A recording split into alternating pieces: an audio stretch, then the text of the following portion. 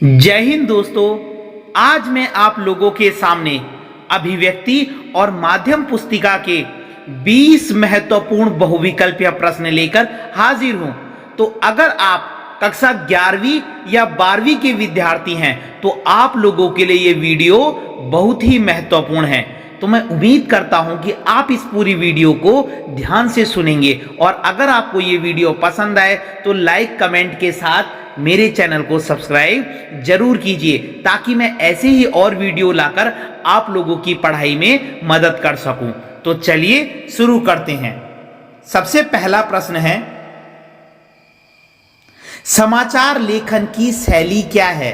समाचार लिखने की शैली का क्या नाम है? समाचार किस शैली में लिखे जाते हैं? तो बेटा समाचार उल्टा पिरामिड शैली में ही लिखे जाते हैं। बहुत इंपॉर्टेंट क्वेश्चन है, समाचार किस शैली में लिखे जाते हैं? तो समाचार उल्टा पिरामिड शैली में लिखे जाते हैं।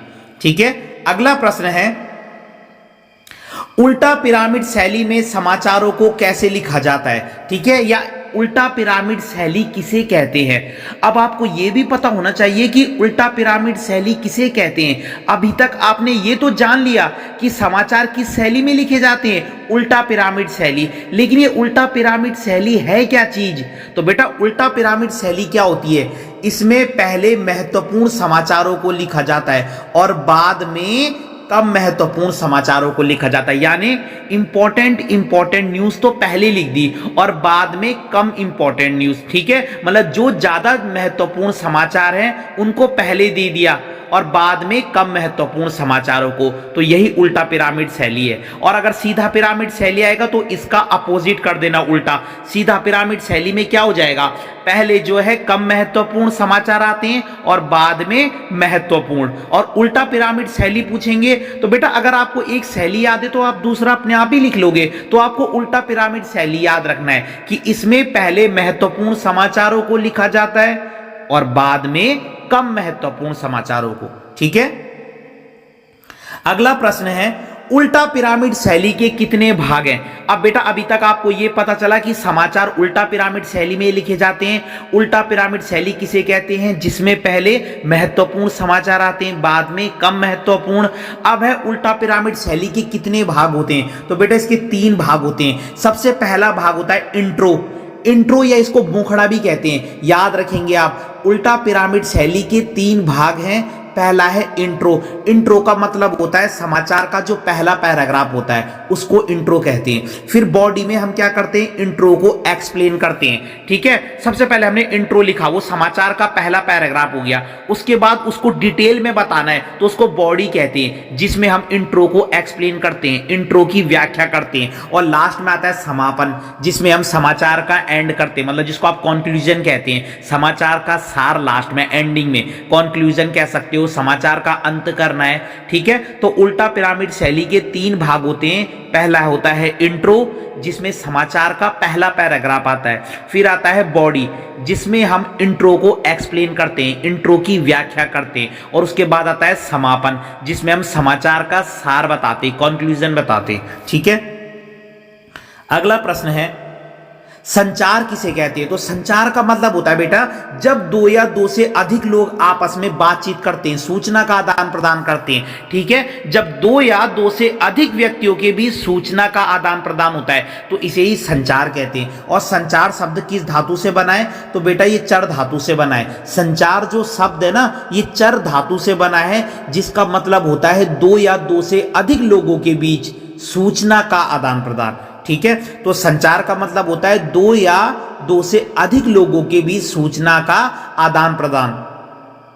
अगला प्रश्न है, शोर किसे कहते हैं? तो बेटा शोर देखो, फॉर एग्जाम्पल क्लास में टीचर पढ़ा रहे हैं तो टीचर और आप लोगों के बीच संचार चल रहा है, कम्युनिकेशन हो रहा है, और देखो आप लोग शोर मचा रहे हो तो शोर से क्या होगी, संचार में बाधा तो आएगी।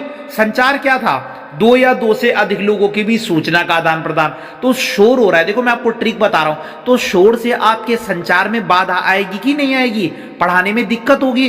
ठीक है, तो संचार, ठीक है, तो शोर किसे कहते हैं? संचार में आने वाली बाधाओं को, संचार के दौरान जो प्रॉब्लम्स आती है ना, उसी को शोर कहते हैं। तो मैंने आपको ट्रिक भी बता दिया है कि संचार हो रहा है, लोगों के बीच में बातचीत हो रही है और शोर हो रहा है, तो शोर से क्या होगा, संचार में बाधा तो आएगी, रुकावट आएगी। तो शोर किसको कहते हैं, संचार में जो बाधाएं आती है। ठीक है, अगला प्रश्न है बेटा पत्रकारिता से रिलेटेड। पत्रकारिता के बहुत सारे टाइप होते हैं। ठीक है, पहला है खोजी पत्रकारिता। तो आपने ना इसमें केवल एक वर्ड याद रखना है, मैं आपको ट्रिक बताता हूं। खोजी पत्रकारिता किसे कहते हैं, तो आपने भ्रष्टाचार वर्ड याद रखना है। कोई पूछे आपसे खोजी पत्रकारिता क्या है, तो आपने बोलना है जो भ्रष्टाचार के मामलों का पता लगाती है।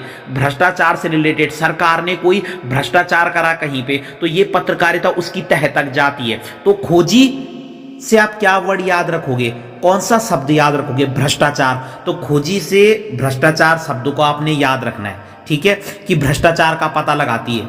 अगला प्रश्न है वॉच डॉग क्या करती है, तो वॉच डॉग जो है बेटा वो सरकार के घोटालों का पता लगाती है। खोजी क्या करती थी, भ्रष्टाचार का पता लगाती है। वॉच डॉग क्या करती है, सरकार के घोटालों का पता लगाती है। डन।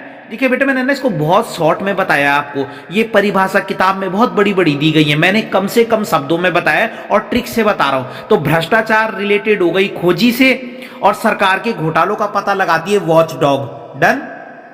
अगला प्रश्न है पीत किस पत्रकारिता किसे कहते हैं। पीत पत्रकारिता क्या होती है बेटा, ये वो पत्रकारिता है जो सनसनी फैलाती है। तो आपने इसमें भी एक वर्ड याद रखना है कि पीत पत्रकारिता किसे कहते हैं, जो सनसनी फैलाती है। ऐसी खबर फैला देना कि लोगों में सनसनी मच जाए, मतलब एक प्रकार से। ठीक है, तो खोजी पत्रकारिता क्या करती है, भ्रष्टाचार का पता लगाती है।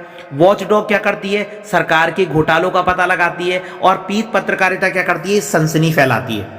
अगला प्रश्न है पेज 3 पत्रकारिता, बहुत इंपॉर्टेंट है।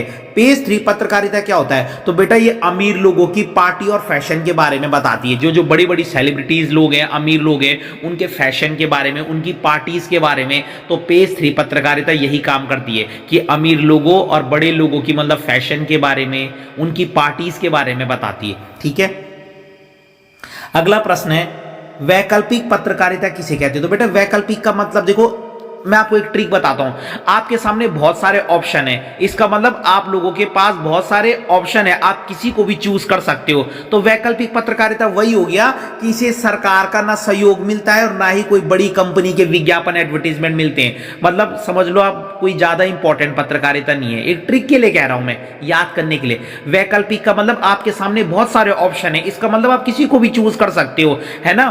तो वही वाली बात हो गई कि इसे ना सरकार का सहयोग मिलता है इतना, ना ही बड़ी बड़ी कंपनी के विज्ञापन। तो ये वैकल्पिक पत्रकारिता है।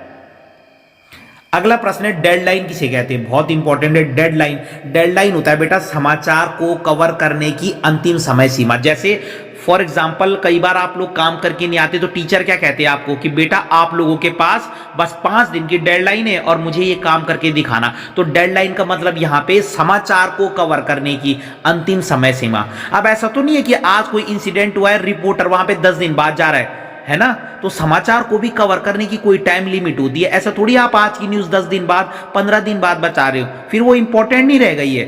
तो डेडलाइन कहते हैं समाचार को कवर करने की जो टाइम लिमिट होती है, उसकी जो समय सीमा होती है। अगला प्रश्न है संपादकीय किसे कहते हैं। बेटा ये बहुत इंपॉर्टेंट है, संपादकीय क्या होता है। तो संपादकीय का मतलब क्या होता है, जब संपादक किसी विषय पर लेख लिखता है उस लेख को संपादकीय कहते हैं। फॉर एग्जाम्पल मैं संपादक हूं और मैंने कोई भ्रष्टाचार पर कोई लेख लिख दिया, तो जो मैंने वो लेख लिखा है ना उसको संपादकीय बोलते हैं। जो मैंने वो लेख लिखा, तो जब संपादक किसी विषय पर लेख लिखता है उस लेख को संपादकीय कहते हैं। मैंने आपको एग्जाम्पल भी बता दिया। फॉर एग्जाम्पल मैं संपादक हूं और मैंने किसी चीज पर कोई लेख लिखा, तो जो वो लेख है ना उसको संपादकीय बोलेंगे। ठीक है, अगला प्रश्न है संपादन किसे कहते हैं। अभी तक तो आपने क्या देखा, संपादकीय। अब संपादन क्या होता है, तो संपादन का मतलब होता है खबरों को सही से छापना। ये एक प्रोसेस है। संपादन का मतलब होता है खबरों को सही से छापने की प्रक्रिया, मतलब खबरों में जो मिस्टेक है उनको हटा देना और खबरों को सही से छापना, उस प्रोसेस को हम संपादन कहते हैं। ठीक है, संपादकीय तो क्या होता है, जब संपादक किसी विषय पर लेख लिखता है तो उस लेख को हम संपादकीय कहते हैं। और संपादन होता है खबरों को सही से छापने की प्रक्रिया। संपादन एक प्रक्रिया है जिसमें हम खबरों को सही से छापते हैं। उसके बाद है नेक्स्ट प्रश्न सबसे पुराना जनसंचार माध्यम कौन है? जनसंचार माध्यम किसे बोलते हैं? जब हम किसी तकनीक के द्वारा लोगों तक सूचना पहुंचाते। जनसंचार का मतलब क्या होता है? देखो, जन माने होता है लोग और संचार माने वही खबरों का आदान प्रदान। तो जनसंचार माध्यम का मतलब होता है जब हम किसी माध्यम के द्वारा, किसी टेक्नोलॉजी के द्वारा लोगों तक सूचना पहुंचाते हैं। और सबसे पुराना जनसंचार माध्यम था प्रिंट माध्यम या मुद्रित माध्यम। प्रिंट माने होता है छपाई, जो छापने का माध्यम है ना, सबसे पहले ये छपाई वाला मतलब आविष्कार हुआ था। ठीक है, मतलब इसके द्वारा जनसंचार माध्यमों में सबसे पुराना है प्रिंट माध्यम और इसका दूसरा नाम है मुद्रित माध्यम। प्रिंट माध्यम, इसकी शुरुआत सबसे पहले चाइना में हुई थी, चीन में। ठीक है, भारत में सबसे पहला छापाखाना प्रिंटिंग प्रेस कहां खोला गया था? तो बेटा 1556 में गोवा में खोला गया था। बहुत इंपॉर्टेंट क्वेश्चन है। भारत में सबसे पहला प्रिंटिंग प्रेस, ठीक है, सबसे पुराना जनसंचार माध्यम क्या है? यही प्रिंटिंग, छपाई का। ठीक है, और भारत में सबसे पहला प्रिंटिंग प्रेस छापाखाना कहां खोला गया? तो 1556 में गोवा में। अगला प्रश्न है, पत्रकार किसे कहते हैं? तो पत्रकार किसको कहते हैं? जो खबरों को क्या करता है? एकत्र करता है। रिपोर्टर का काम क्या होता है? सूचनाओं को कलेक्ट करना तो होता है। तो पत्रकार उसे ही कहते हैं जो सूचनाओं को या खबरों को एकत्र करता है। अगला प्रश्न है, पत्रकार के कितने प्रकार होते हैं? बहुत इंपॉर्टेंट क्वेश्चन है बेटा, बहुत ही इंपॉर्टेंट।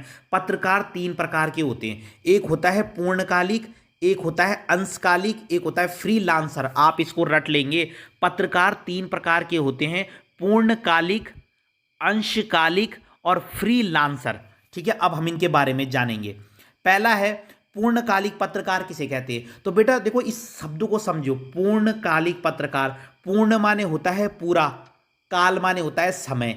तो यानी कि जो पूरे समय के लिए किसी के साथ काम करता है। तो पूर्णकालिक पत्रकार वो होता है जो किसी भी समाचार संगठन के लिए नियमित वेतन, नियमित वेतन माने फिक्स सैलरी पर काम करता है। जैसे मेरी सैलरी मंथली 20,000 है या 25,000 है, तो मुझे इतने ही रुपए फिक्स मिल रहे हैं। ठीक है, चाहे मैं कम काम करूं, ज़्यादा काम करूं, चाहे मैं ज़्यादा न्यूज़ लाऊं, किसी मंथ थोड़ी कम न्यूज़ लाऊं, ये फिक्स सैलरी पे। ठीक है, तो पूर्णकालिक पत्रकार वो होते हैं जो किसी भी समाचार संगठन के लिए, आपने ये याद रखना है, नियमित वेतन पर काम करते हैं। नियमित वेतन। ठीक है, दूसरा है अंशकालिक पत्रकार किसे कहते हैं? अंशकालिक का मतलब क्या होता है? जो निश्चित मानदेय पर काम करते हैं। देखो बेटा, पूर्णकालिक तो क्या होता है?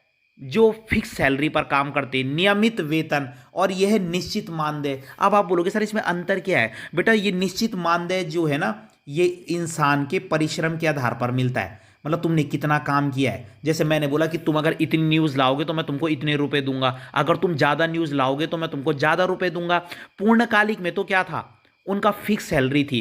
ठीक है, उनका था, उनकी जो थी उनका नियमित वेतन था। पूर्णकालिक पत्रकार। ठीक है, तो आप कैसे याद रखोगे? देखो, पूर्णकालिक पत्रकार नियमित वेतन, अंशकालिक पत्रकार निश्चित मानदेय, जिसमें इंसान के मेहनत के आधार पर उसको सैलरी मिलती है। अच्छा काम ज्यादा पैसे, कम अच्छा काम कम पैसे। और लास्ट है फ्रीलांसर। फ्रीलांसर वो होता है बेटा, ये किसी भी समाचार संगठन के लिए काम नहीं करता। इसको जो पैसे देता है ये भुगतान के आधार पर अलग अलग अखबारों के लिए काम करता है। मतलब जिसने पैसे दे दिए उसको अपनी न्यूज़ भेज दी। ठीक है, तो देखो नाम से ही समझ में आ रहा है, फ्रीलांसर यानी कि फ्री है। ये किसी समाचार संगठन के लिए काम नहीं करता, ये भुगतान के आधार पर, मतलब इसको पैसे दो और ये तुमको अपनी न्यूज़ दे देगा। तो पूर्णकालिक पत्रकार तो वो होते हैं, क्या बताया था, जो नियमित वेतन पर काम करते हैं। अंशकालिक वो होते हैं जो निश्चित मानदेय पर काम करते हैं। और फ्रीलांसर वो होते हैं जो पैसों के लिए, मतलब वही है, भुगतान के आधार पर, मतलब किसी के साथ भी काम कर लेते हैं। ठीक है, तो बेटा अगर आपको ये वीडियो पसंद आई हो तो लाइक जरूर कीजिएगा, कमेंट जरूर कीजिएगा और प्लीज़ मेरे चैनल को सब्सक्राइब जरूर कीजिएगा। धन्यवाद।